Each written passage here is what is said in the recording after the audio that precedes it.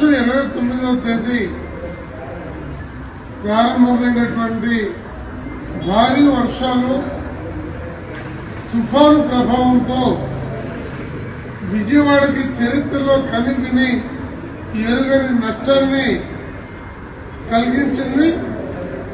లక్షలాది మంది సర్వస్వం కోల్పోయినటువంటి నేపథ్యంలో రాష్ట్ర ప్రభుత్వమే కాకుండా ఎన్నో స్వచ్ఛంద సంస్థలు చాలా ఉదారంగా బాధితులకు తోడ్పడుతున్నారు. ఇలాంటి తుఫాన్లు వరదలు వచ్చిన ప్రతిసారి దేశంలో ఎక్కడ జరిగినా మొదటగా స్పందించేటువంటిది విజయవాడ నగర కమ్యూనిస్ట్ పార్టీ చరిత్రలో ఆ తర్వాత కృష్ణా గుంటూరు జిల్లాలు ఇతర జిల్లాలు.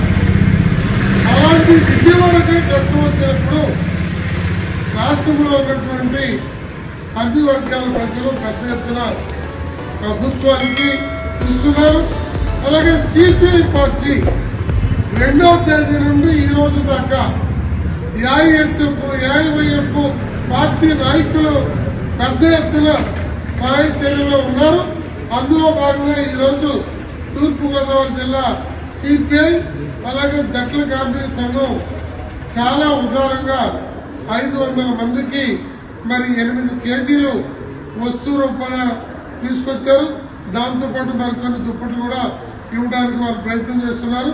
వారికి ప్రత్యేకంగా సిపిఐ రాష్ట్ర సమితి తరఫున సుమారు 2 లక్షల విరాళాలు సేకరించి ఆదుకుంటున్నందుకు రాజమండ్రి తూర్పుగోదావరి జిల్లాకి ప్రత్యేకంగా సిపిఐ పార్టీ రాష్ట్ర సమితి తరఫున నాయకత్వానికి మధు, కొండలరావు, రాంబాబు అందరూ కూడా అభినందనలు తెలియజేస్తున్నారు.